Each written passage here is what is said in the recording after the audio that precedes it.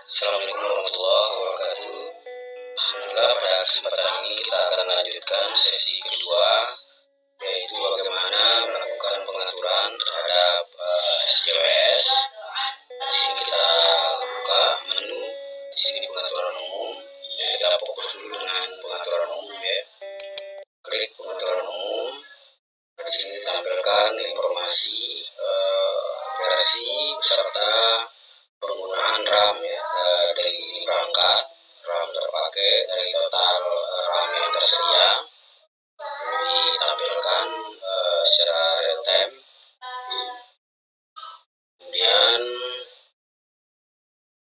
ini kita coba bahas satu persatu ya, poin penting di setting durasi terutama. Nah, di setting durasi ini pengaturan durasi adzan sudah include di dalamnya adalah ikoma ya, dalam hitungan menit. Contoh di sini karena kita untuk dicoba kita tetapkan minimal 5 menit ya, minimal 5 menit untuk durasi adzan sekitar 4 menit kurang.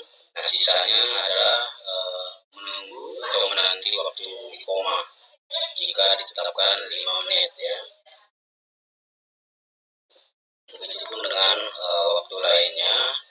Jadi jika di set misalnya 10 menit, maka durasi adzan kurang 4 menit, sisanya 6 menit adalah menanti ikoma.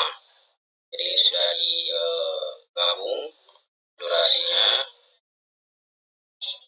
Kemudian untuk Jumat ini total durasi umum ya, total durasi umum sudah termasuk di dalamnya jeda ya.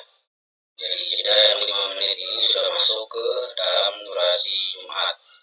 Jadi pembedanya adalah ketika selesai adzan Jumat, maka yang jadi fokus adalah berapa menit akan ditampilkan menanti khutbah Jumatnya ya. Jadi nanti khutbah Jumat selama berapa menit. Nah, di sini ditentukan jedanya. Misalnya ditentukan 5 menit, maka menanti khutbah Jumat akan ditampilkan selama 5 menit. Baru setelah itu akan dilanjutkan dengan khutbah Jumat, atau jika diaktifkan layar hitam maka akan langsung ditampilkan layar hitam. Sedangkan password di sini yaitu password untuk remote, ini bisa disesuaikan, diganti. Kemudian untuk waktu nyala tartil sebelum tarhim ya. Jadi waktu nyala tartil sebelum tarhim. Jadi jika memasuki waktu tarhim yaitu di menit ke-15 detik, maka tartil tidak menyala. Nah, dalam hal ini jika dipilih default, nah defaultnya itu adalah selalu menyala ya, di luar daripada waktu tarhim ya. Sebelum tarhim maka tartil akan selalu menyala.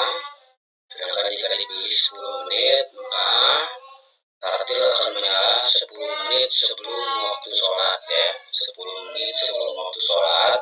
Nah, nanti dipotong dengan waktu tarhim ya. Dalam hal ini 5 menit 15 detik. Jadi ada waktu sekitar 5 menit ya. 5 menit di sini sebelum tarhim. Artinya di sini ada 5 menit sebelum tarhim akan menyala untuk tartilnya. Begitupun dengan opsi 20 menit, jadi dipotong 5 menit 15 detik menyala sebelum tarhim sampai dengan 1 jam. Ini kita sesuaikan. Kemudian untuk durasi sholat wajib, nah ini kita uji coba, kita set 1.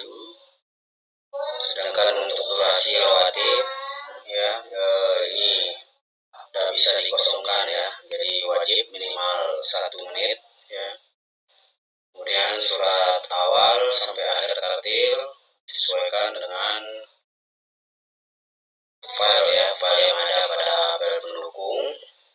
Jika sudah lengkap dari ayat dari surat 1 sampai dengan 114 bisa diisi di surat awalnya 1 ya sampai 114.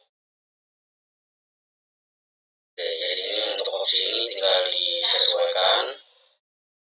Untuk agenda silakan disesuaikan. PHBI sini untuk menampilkan informasi hari besar Islam, sedangkan layar hitam ketika memasuki waktu sholat maka akan ditampilkan layar hitam, sedangkan di layar video ketika diaktifkan maka akan ditampilkan file video pada layar utama yang ada pada folder pendukung.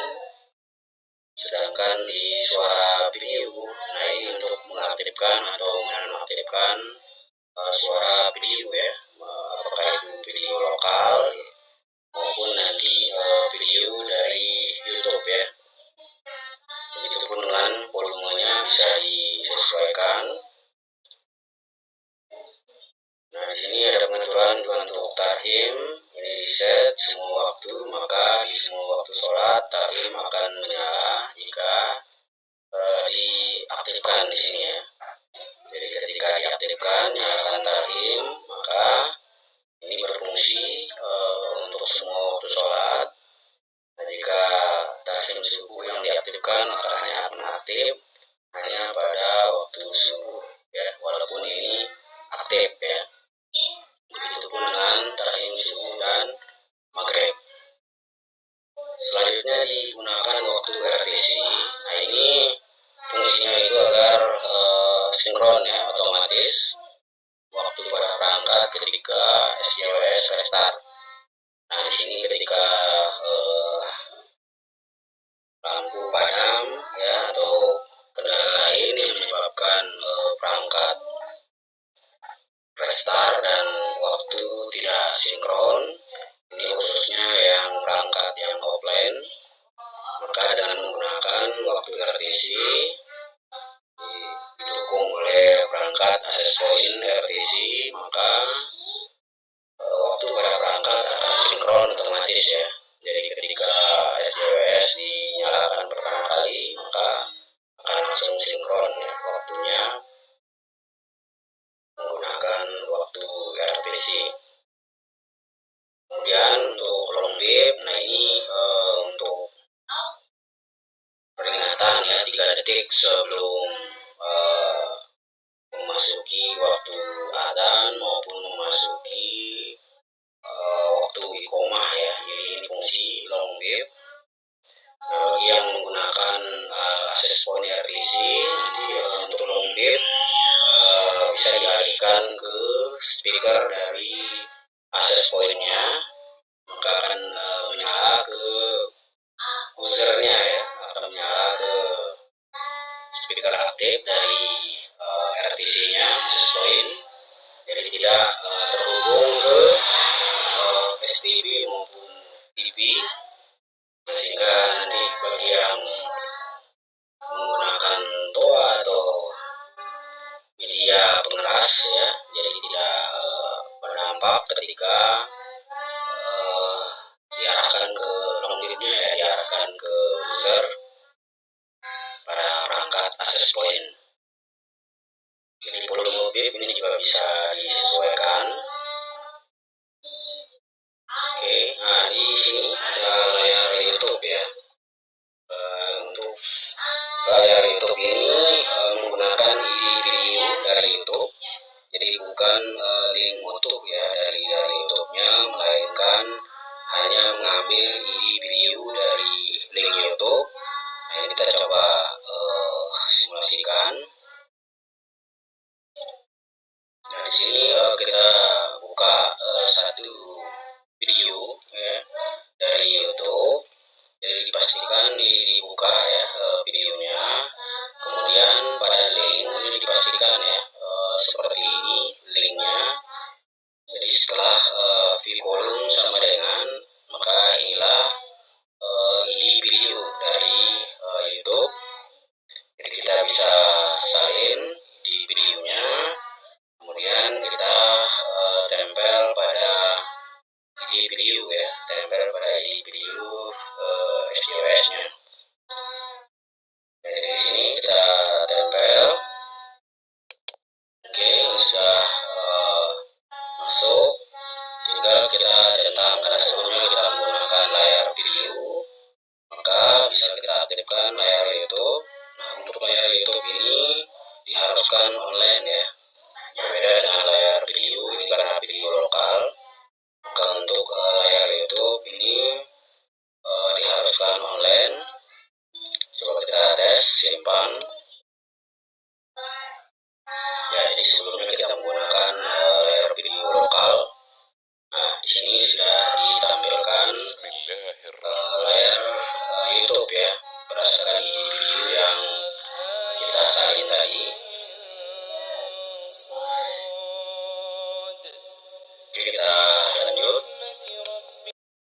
Jadi pengaturan umum. Nah, di sini kita lanjutkan untuk menggunakan waktu genap ya. Jadi kita kembalikan dulu. Oke, sekarang kita coba untuk waktu genap. Kita klik cari kabupaten kota. Nah, di sini kita sebelumnya akan reset database. Oke, jadi kita akan coba melakukan import database lokal. Nah, untuk file database sudah kita jelaskan pada video sebelumnya. Jadi ketika file database sudah siap di folder pendukung, maka tinggal klik import database lokal. Nah, untuk versi Android 10 ke bawah ini tidak perlu izin khusus ya, kecuali untuk Android 11 ke atas maka butuh izin khusus pada perangkat untuk izin akses semua file ya, agar bisa melakukan import database lokal. Nah, ini kita coba klik import database lokal. Jadi di sini berhasil. Kita klik simpan pengaturan, akan ditampilkan jadwal hari ini sesuai dengan provinsi, kabupaten, kota yang telah kita pilih sebelumnya. Oke, nah sekarang kita akan coba proses import database online. Nah, jadi ketika tidak bisa menggunakan database lokal, maka bisa menggunakan opsi secara mandiri fokus dengan provinsi, kabupaten, kotanya untuk import database online. Nah, sekarang kita coba reset dulu supaya tidak berat. Oke, nah sekarang kita akan coba import database online untuk kabupaten kota Lombok Barat ya. Kita klik import database online. Ini kita konfirmasi, kita tekan ya, langsung progres berjalan untuk import data kemenang online dari 2024 sampai dengan 2040.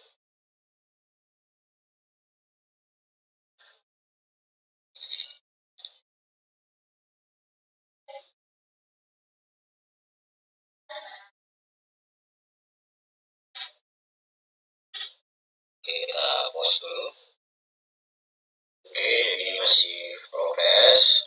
Jadi untuk penggunaan RAM ini bisa dipantau juga penggunaan RAM. Oke, jadi import berhasil dari tahun 2024 sampai dengan 2040 ya. Kita tinggal klik simpan pengaturan, dan sudah langsung tersimpan untuk import database online. Nah, jadi ketika hanya mengimport database online, ketika akan klik backup database, di sini akan ada muncul tulisan gagal backup. Jadi ini diharuskan untuk terlebih dahulu mengimport database lokal ya. Kita coba reset. Kita import database lokal. Jadi setelah import database lokal, jadi disarankan langsung memilih dari 2031 ya datanya sampai dengan 2040 untuk diimport database online-nya.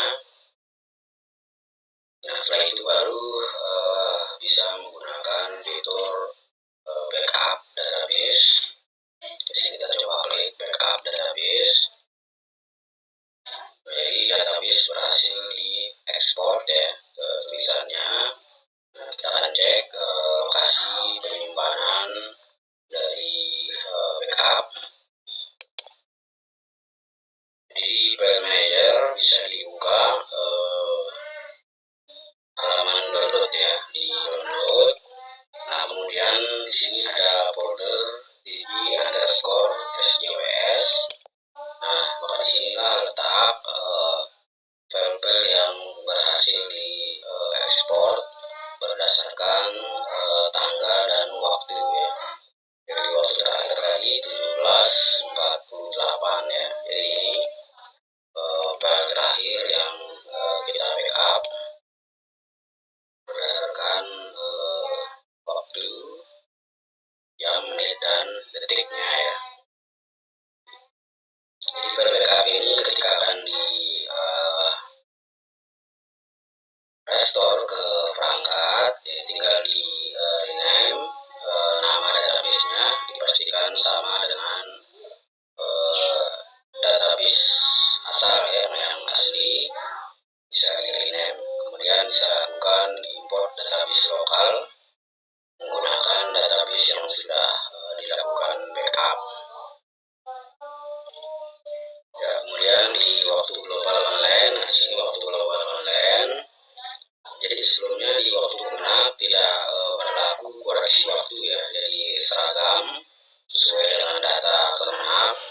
Biarpun sebelumnya sudah melakukan koreksi waktu, maka ketika mencentang waktu kemenap maka koreksi waktu tidak berlaku kecuali menggunakan waktu global online ya. Jadi waktu global online ini berdasarkan koordinat ya, berdasarkan koordinat kita klik simpan, akan ditampilkan jadwal global ya. Ini kita ditampilkan ya. Ini tidak ditampilkan harinya, seharusnya di sini tampilkan hari. Kita coba diperbaiki. Ketika menggunakan waktu global online, maka data akan tersimpan selama 1 bulan. Jadi setiap bulan kalau memang menggunakan waktu global, maka setiap bulan mesti diupdate datanya setiap bulan. Berbeda dengan waktu kemenap, jadi mengambil data yang sudah tersimpan pada database sesuai dengan data terakhir yang ada pada database yang tersimpan ya. Oke, itu untuk pengaturan. Setting durasi sudah. Insya Allah kita akan lanjutkan di menu berikutnya pada sesi ketiga. Sekian, assalamualaikum warahmatullahi wabarakatuh.